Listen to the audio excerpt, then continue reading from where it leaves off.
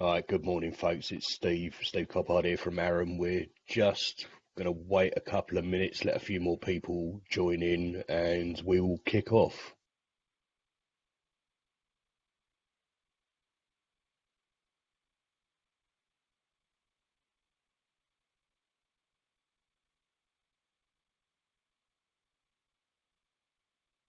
So, for those who've just joined, we're just giving it a minute just to allow a few more people to join in.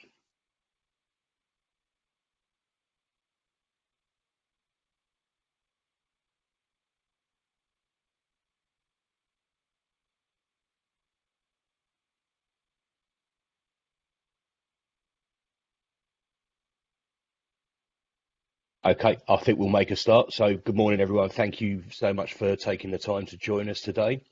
My name's Steve Coppard. I work for Arum and Just. I'm going to run you through a few domestics and then tell you a bit about the session, how it's going to run today, and then how you can get involved a bit later on. So domestics, you should be able to see over on the right-hand side, you've got some icons there. You've got the event chat, which you can pop comments in if you need to. Just below that, you've got the moderator chat. So Hannah is on standby. If you have any technical issues, you can talk to Hannah.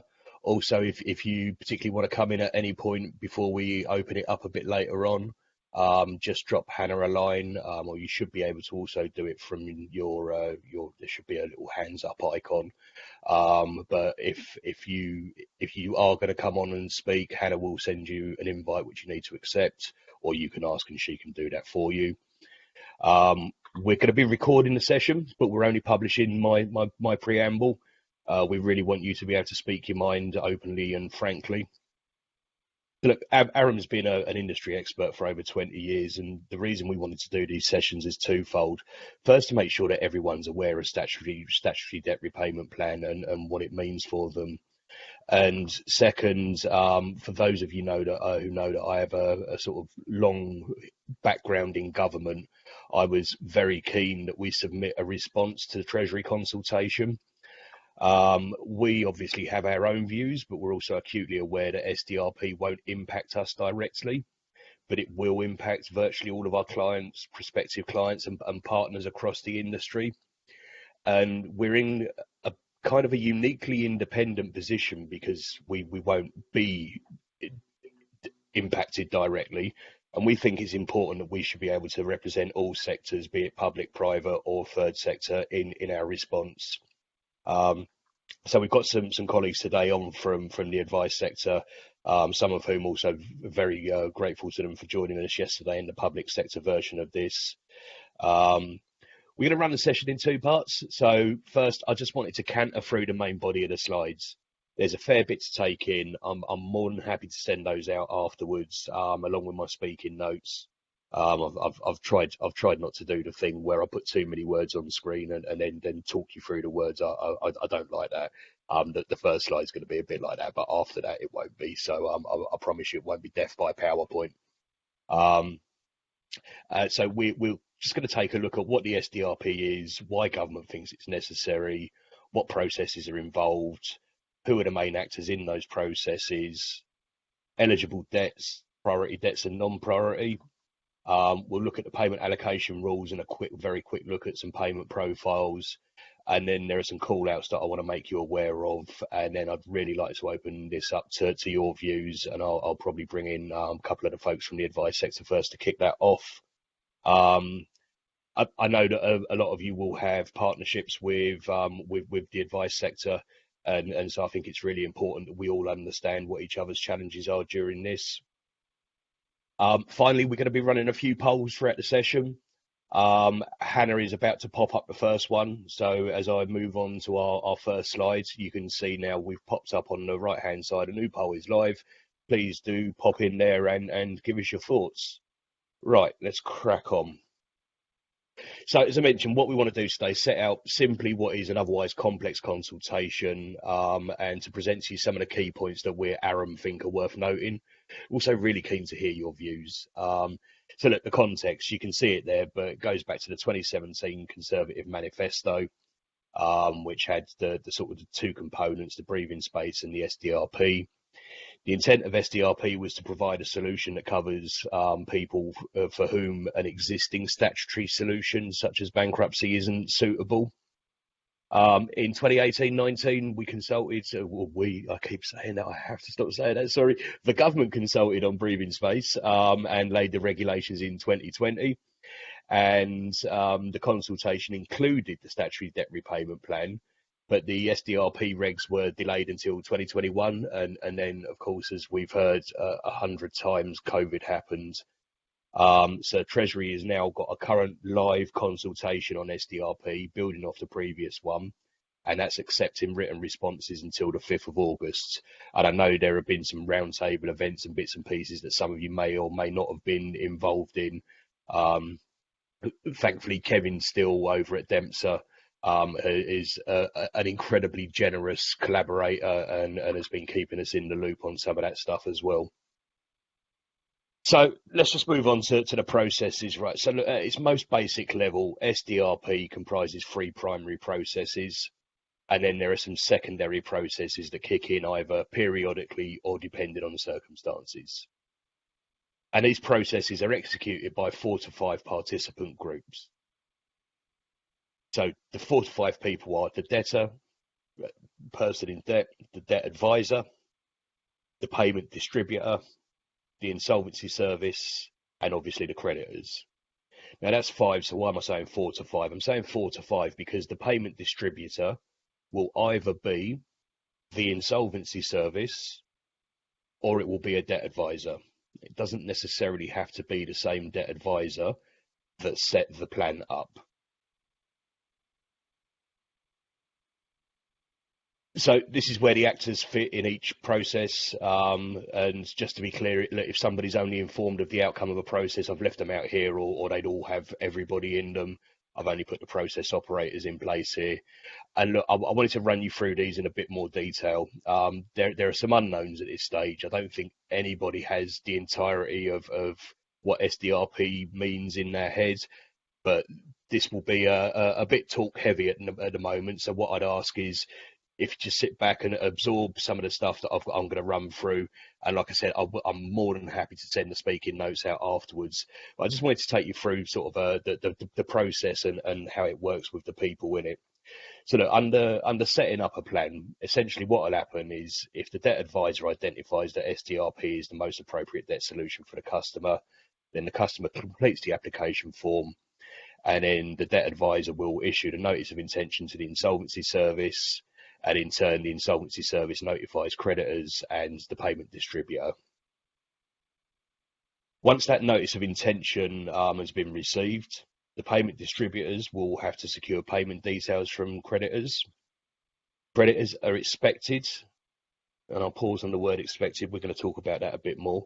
They're expected to cease adding charges, interest, and stop enforcement action. However, Treasury isn't proposing to legislate for that cessation of action. Any creditor who's sold a debt or is only acting as an agent, so a debt collection agency, for example, must inform the debt advisor of this, and they must also inform the correct creditor that a notice of intention has been received. The debt advisor then will go through the standard financial statement with the customer, and they have to submit a provisional plan to the insolvency service within 21 days of the notice of intention. If there are any amendments that are required, a final plan has to go in within a further 7 days. If no plan's received after that 7-day period, the insolvency service will just automatically cancel the notice of intention. Creditors do have a 14-day window to object to the plan, but you need 25% of creditors by debt value to object. And if you do have 25% by debt value, then it will trigger a fair and reasonable assessment by the insolvency service. If the plan is rejected, then the debt advisor will obviously need to look at other options with the customer. But if there's no objection, or if the insolvency service finds the plan to be fair and reasonable, it will start immediately, although the customer then has 42 days to make the first payment.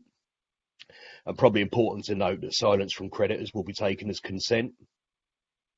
And then the payments will flow from the customer into the payment distributor and out to the creditors.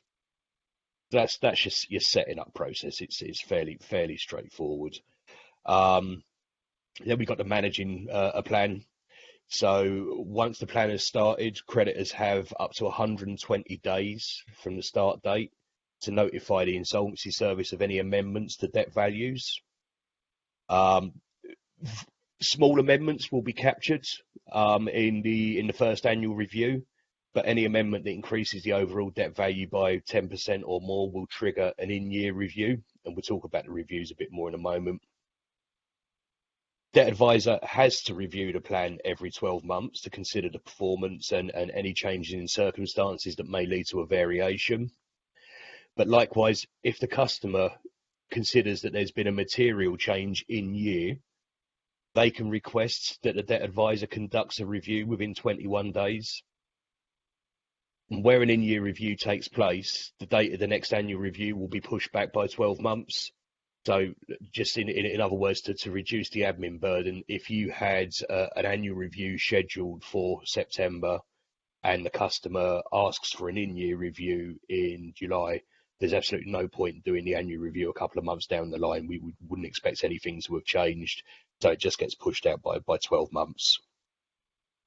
Debt advisors will also be able to trigger a review if they think it's necessary. Payment breaks can be requested by the customer and approved by the debt advisor, and those breaks will just extend the length of the plan, so they get added on to the end of it essentially. Plans are expected to average or take no more than 7 years, but they can run out to 10 years, it was proposed by Treasury to be an exception. What I'm hearing from the advice sector is it's more likely to be the norm rather than an exception. Creditors won't be able to object to extensions until the overall length of a plan exceeds 10 years and 6 months.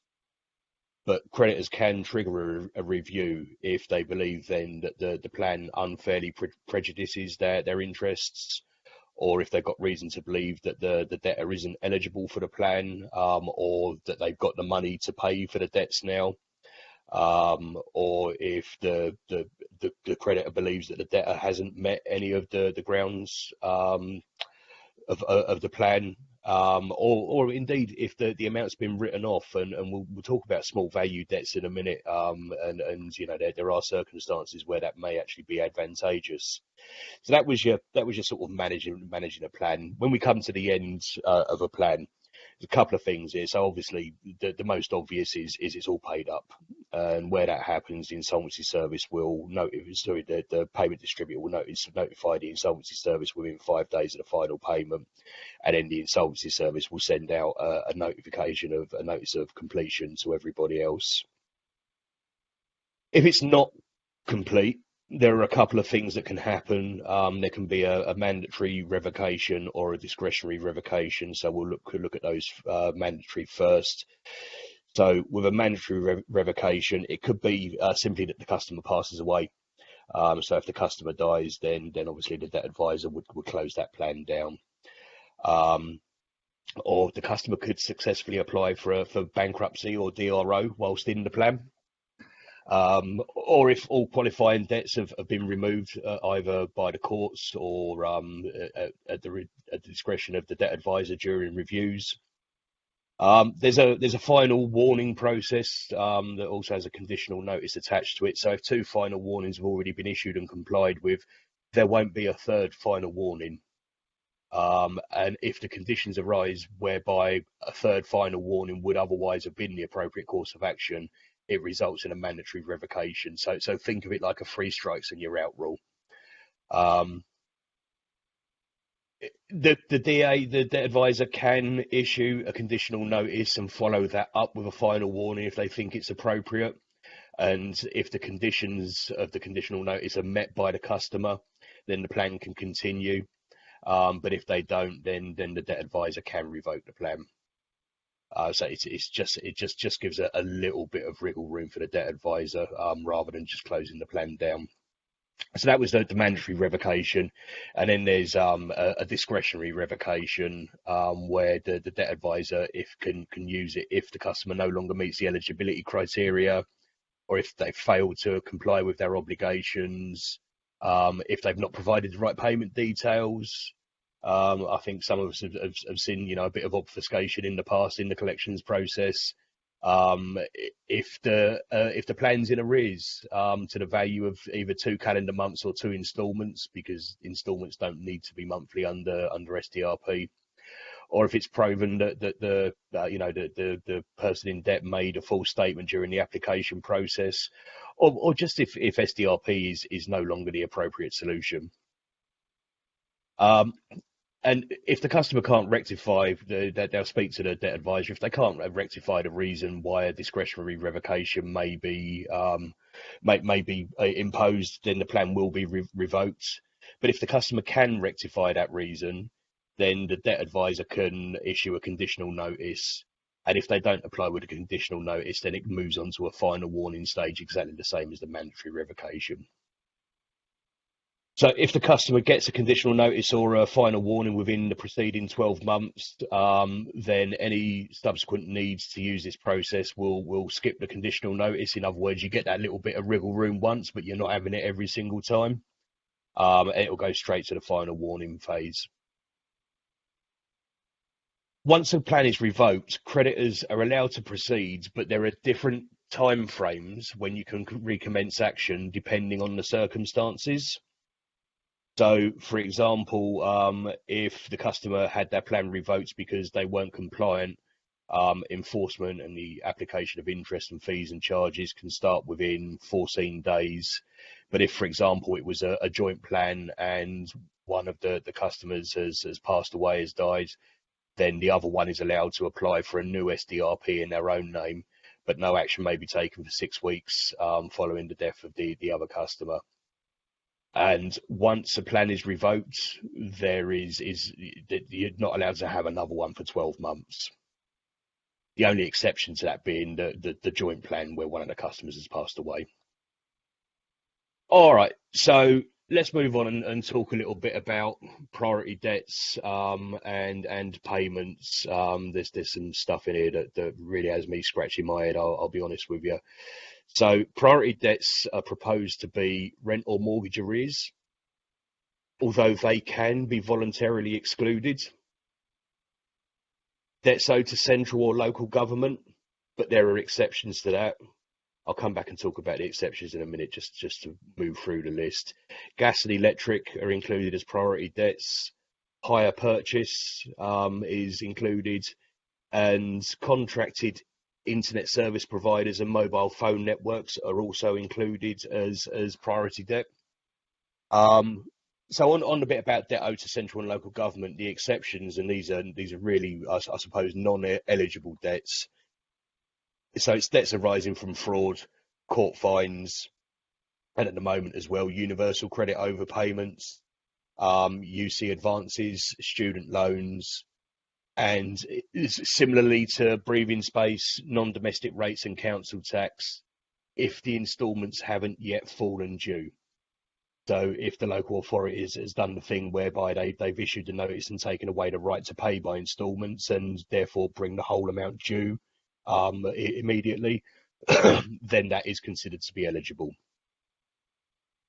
The payment allocation rules, and I know Sabrina McCulloch's on the line, so I'll call out and say thanks, Seb, because this was doing my head in until we had a chat about it last week. So the customer makes their payment, and 10% admin fee is taken off, and I'll talk about the split about where that 10% goes a bit later. And so if we were looking at £100, you've got £90 left over, and the £90 gets split up and sent to all the various creditors. But then the creditors have to gross that up as if it hadn't been reduced by the 10%. So you will account for 100% on your books, but only 90% in your bank. That that for me, it causes all sorts of headaches. When we were talking to public sector yesterday, we were thinking about council tax and how did you have to do a Section 13A write off every instalment. Um, I know from talking to Kevin, still some serious concerns around reporting to credit reference agencies. You know, how are we showing it on there? And I'm sure you can all think of a whole host of reasons why this doesn't feel like a great idea. But I do understand that Treasury isn't inclined to move on it.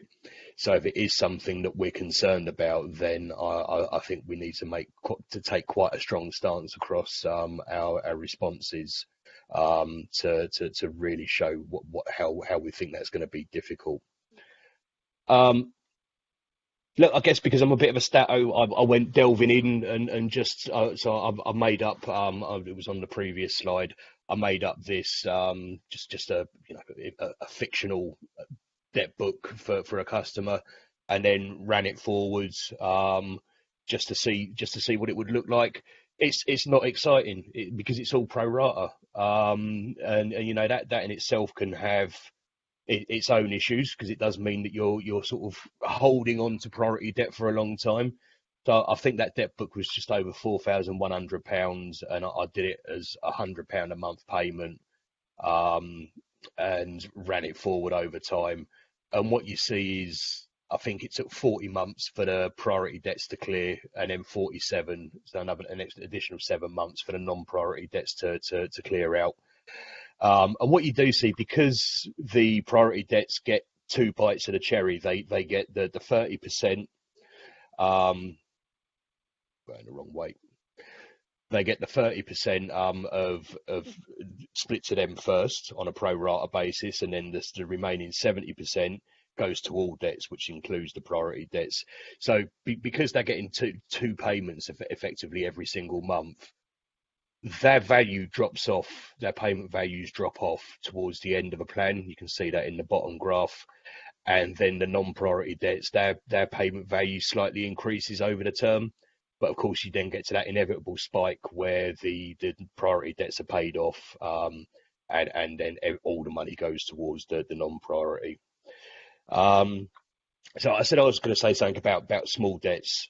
So HMT wants to include them, but it's going to be costly to administer. So I chucked a £35 mobile phone bill into that model, and you ended up with 40 instalments all under a pound. And just thinking of the admin burden of the cost of the admin burden for that, it may drive organisations to prefer to write off small debts. But then what's the impact of that going to look like on people's credit records, that sort of thing as well. So just something to consider on that. So just some call outs now, and I promise I'm going to shut up in a minute and bring some other people in so you don't have to keep listening to me all for the whole hour. So in setting up a plan, as I said, 25% of creditors by debt value need to object. The first payment, potentially 70 days after the notice of intention. You've got the 21 days plus the 7 days to do the setup, and then the 42 days that the customer gets to pay the first instalment. So you're pushing out by a couple of months there, just over a couple of months. Between the notice of intention and the provisional plan, creditors, collectors, and enforcers are asked to suspend action. But that's not actually legislated for. That kind of worries me. So I'm going to ask Hannah now. Hannah, could you pop up our second poll, please? Because on that point in particular, for me, I worry that it becomes a target that people will try and get paid instead of going on the plan. You only need one bad actor on the creditor list to do that, and you only need to have it happen to you a couple of times, and it just doesn't feel right if we're setting legislation why you wouldn't legislate for that as well. So under our sort of managing column there as well, if creditors discover that the debt value is wrong, they've only got 120 days to notify the insolvency service. I looked at the actual draft regs. I can't work out in there whether there's a limit on payment breaks or not. It doesn't seem to be. It says that the debt advisor must consider whether a payment break has been there's been a payment break within the preceding 12 months, but it doesn't say that you can't have another one. It just means there has to have been consideration of it. And creditors won't be able to object to those extensions until the plan exceeds 10.5 years. And I've literally just mentioned the small debt, so I won't go over that again. And then on the sort of end of the plan, like I said, we've got a three strikes and you're out rule applies. There are different timelines for restarting action on SDRPs that have failed, or depending on the circumstances under which they failed or were paused, stopped. And customers can still apply for bankruptcy or a DRO whilst in a paying SDRP. So just moving on some points to ponder then. So consumer credit, what happens with consumer credit? Can the customer still take on debt? Well, yes, they can have up to £500. They're only allowed to hold more than £500 with permission from the debt advisor. And there is a ceiling on that of £2,000. What's not clear to me at the moment is if, how, and when that will be monitored or assured. It's just not clear at this moment in time. So it could feel to the customer like they could get away with it if nobody's checking. And then it comes up in a credit report, and actually their plan fails as a result of that. So I wonder about failure demand in the process. So the consultation says that payment breaks must be requested and agreed, and it says that you need to give 14 days notice. And it also says that payment breaks are likely to be urgent and unforeseen. People's lives aren't process driven. People's lives are messy and complicated. And it worries me when we have this level of operational process laid into legislation, because it doesn't allow for real world discretion, doesn't allow for continuous improvement. It doesn't allow for what real people's lives look like. And because of that three strikes and you're out rule, a couple of genuine incidents or a lack of availability on the debt advisor's part even could lead to people being forced out of SDRPs. Because I just don't believe that there are going to be that many folk who are able to give a 14-day notice window for when something urgent happens and they need a payment break. So agents, any agent acting on behalf of a creditor must inform the advisor who the creditor is, and also inform the creditor, the actual creditor, that a notice has been received. Now, look, again, it's not yet clear who the payment's going to go to on that. So I was thinking about the situation whereby a debt collection agency is collected on behalf of a client. So are we saying that the repayment plan with the debt collection agency has to be broken and returned to the client? From past experience, I think it's likely that most commercial arrangements would require the client to pay the debt collection agency its commission, because it had a paying repayment plan that has had to be broken through no fault of its own, and then the client would have to incur the admin burden itself. And look, previously when I worked for HMRC actually, and we've had to move a load of paying time to pays repayment plans from one debt collection agency to another, we lost nearly 80% of them, never got them back. On policy divergence, this is just something I was thinking about, where you got that grey area for sole traders and micro businesses, those employing under 10 people, whereby personal and business finances are a little bit more blurred. And on the one hand, government's got a prompt payment code because it recognises that small businesses need to get paid, and need to get paid quickly, because it's such a risk to them going under if they don't get paid. Yet on the other hand, it takes priority under SDRP.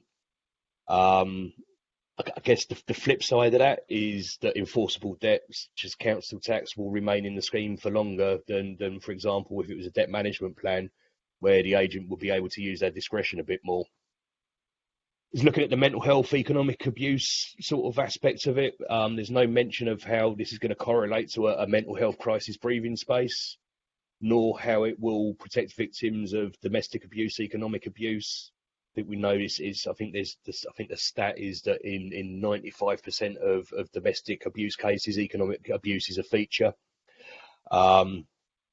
And so yes, you've only got to look at the moment, the sort of the promotions that HSBC are doing around economic abuse, all the great work that Dr. Nicola Sharp-Jeffs has been doing in this space as well. It's something that's with us now, and it's not a niche thing that some organisations were thinking about doing something about. It's something we're doing something about now, and it worries me that it's not in the legislation.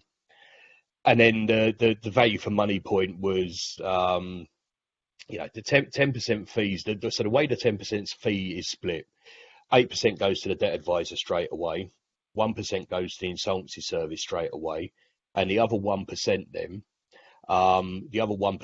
it can either go to the payment distributor or the insolvency service. Sorry, it goes to the payment distributor, which can be the insolvency service or the debt advisor.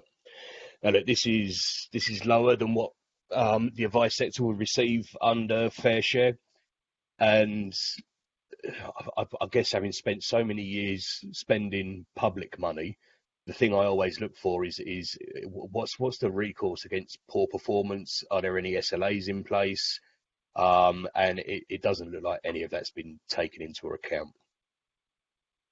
So that's us at the end.